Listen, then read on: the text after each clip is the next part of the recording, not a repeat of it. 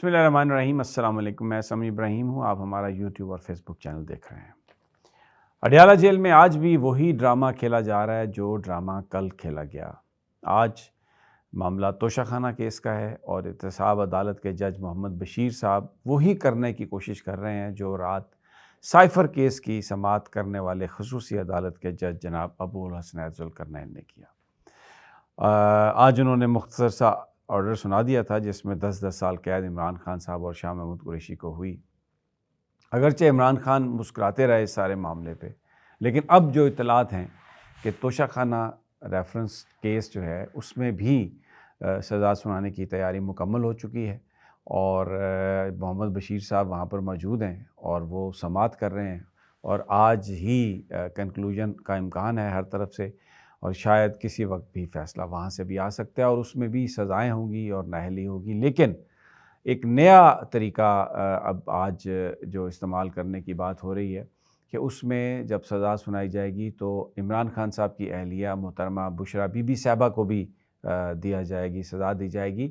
ان کو بھی پکڑا جائے گا اور یہ سب کچھ کیا جائے گا عمران خان کو نفسیاتی طور پر دباؤ میں لانے کے لیے، ان کو توڑنے کے لیے۔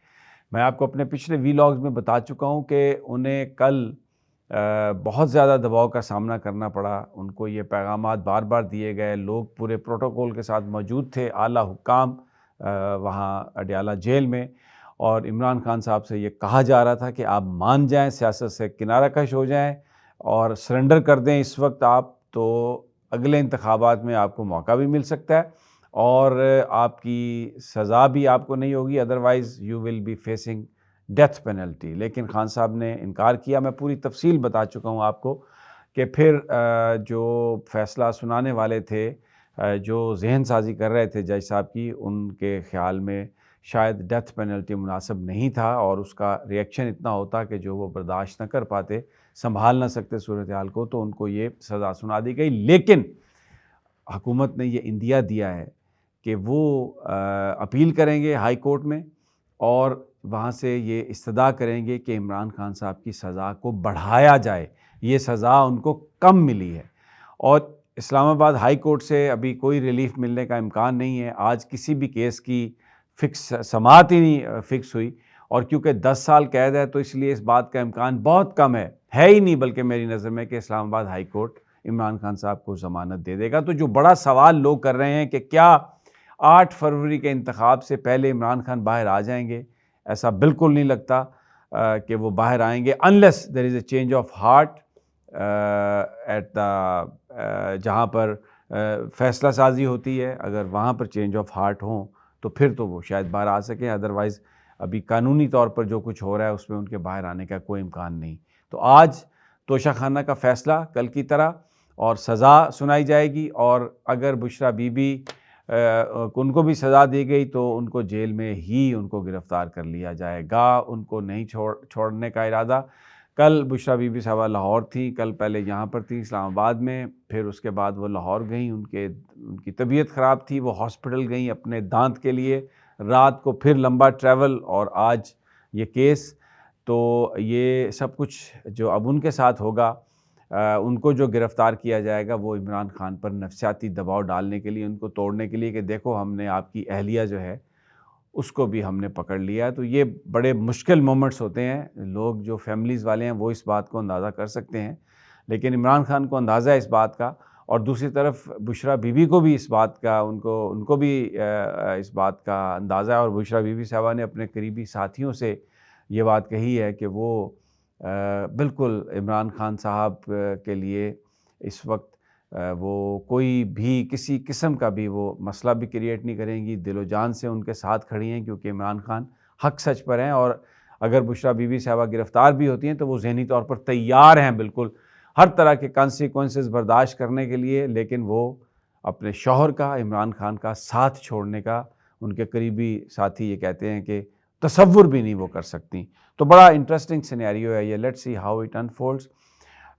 دوسری جانب پی ٹی آئی نے اب یہ ایک پوری سکیم بنا لی ہے اور 2 فروری کو ایک بڑا سرپرائز آ سکتا ہے بلے کا انتخابی نشان واپس لینے کے لیے، کیونکہ الیکشن کمیشن نے یہ کہا تھا کہ انٹرا پارٹی الیکشن جو ہیں وہ نہیں کروائے گئے، اور صحیح طریقے سے نہیں ہوئے تو اس لیے بلے کا انتخابی نشان واپس لے لیا گیا. پارٹی ابھی تک رجسٹرڈ ہے. تو جو پی ٹی آئی کی جو قیادت ہے انہوں نے فیصلہ کیا ہے 2 فروری کو اس حوالے سے الیکشنز ہو سکتے ہیں، انٹرا پارٹی الیکشنز، اور بالکل اسی انداز میں ہوں گے جیسے سپریم کورٹ آف پاکستان چاہ رہی تھی، تاکہ بلے کا انتخابی نشان فوری طور پر مل جائے واپس، اور پھر جو آزاد امیدوار ہیں جیتنے والے ان کو وہ بلے کے نشان کے نیچے لایا جائے. تحریک انصاف کہ آلریڈی وہ پہلے بھی ہیں لیکن وہ جو ایک قانونی سکم ہے اس کو دور کیا جا سکے. حکومت کو بھی اس بات کا پتہ ہے، وہ بھی اس معاملے میں کیا کر رہے ہیں. انہوں نے ایک 4 ممبر کمیٹی تشکیل دی ہوئی ہے کابینہ کی، جو 9 مئی کے واقعات کو انویسٹیگیٹ کر رہی ہے اور یہ رپورٹ دے گی کہ اس کے ماسٹر مائنڈ کون ہے اور ان کے ساتھ کیسے ڈیل کرنا چاہیے. تو جو انتہائی قریبی ذرائع ہیں نگران حکومت کے، وہ یہ بتا رہے ہیں کہ وہ جو 4 ممبر جو کابینہ کے ہیں، 4 ممبر کمیٹی جس میں وزیر اطلاعات و نشریات ہیں، وزیر قانون ہیں، داخلہ ہیں، وہ یہی فیصلہ کریں گے اور یہی رپورٹ اپنی دے رہے ہیں کہ master mind P T I ہے 9 مئی کے واقعات کی، اور ان کی قیادت کے خلاف سخت اقدامات اٹھانے چاہیے اور اس پارٹی کو بین کر دینا چاہیے. اس کو، یہ پارٹی پولیٹکس سے قابل نہیں ہے، اور یہ کابینہ اس کو منظور کر کے تو ایک ریفرنس بنا کے سپریم کورٹ آف پاکستان کی طرف بھیجے گی. تو ایک طرف پی ٹی آئی اپنی آئیڈینٹی کو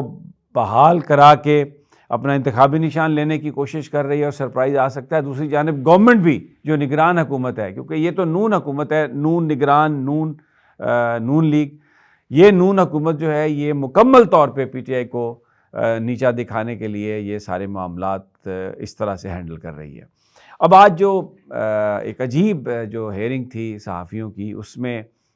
چیف جسٹس کی طرف سے یہ ریمارکس آئے کہ صحافیوں نے تو ماضی میں کوڑے کھائے ہیں اور اب جو ہیں اس وقت وہ ایک نوٹس ایف آئی اے کا نہیں وہ سہ سکتے. تو یہ کیا ہے سب کچھ؟ تو اس پر بہت سارے جو صحافی ہیں ان کے کمنٹس بھی آئے ہیں. اس میں میں سن رہا تھا حسنات صاحب کو اور مطیع اللہ جان کو، ان کا یہ کہنا تھا کہ اب عدالت کی طرف سے بھی وہی بات آ رہی ہے کہ جی مثبت رپورٹنگ ہونی چاہیے، یہ سوشل میڈیا اداروں کو تباہ کر رہا ہے، کیونکہ مسرت ہلالی صاحبہ نے کہا، اور وہی باتیں جو ماضی میں کی جاتی تھی اب chief justice of supreme court جو قاضی فائز عیسیٰ جو ماضی میں کھڑے ہوتے تھے ساتھ صحافیوں کے اور کہتے تھے تنقید ان کا حق ہے، ان کی طرف سے بھی آ رہی ہیں. اور سپریم کورٹ باہر کے جو صدر ہیں شہزاد شوکت، ان کی طرف سے تو جو آج گفتگو، وہ تو ایک انتہائی افسوسناک اور بالکل ایک پیتھیٹک گفتگو تھی، جس میں وہ کہہ رہے تھے کہ جی یہ سوشل میڈیا کو یہ کر دینا چاہیے، کیونکہ سوشل میڈیا بتاتا ہے کہ ان وکیلوں نے پریکٹس کتنی کی اور فیس کتنی لی، اور بتاتا ہے کہ ٹیکس کتنا دیا.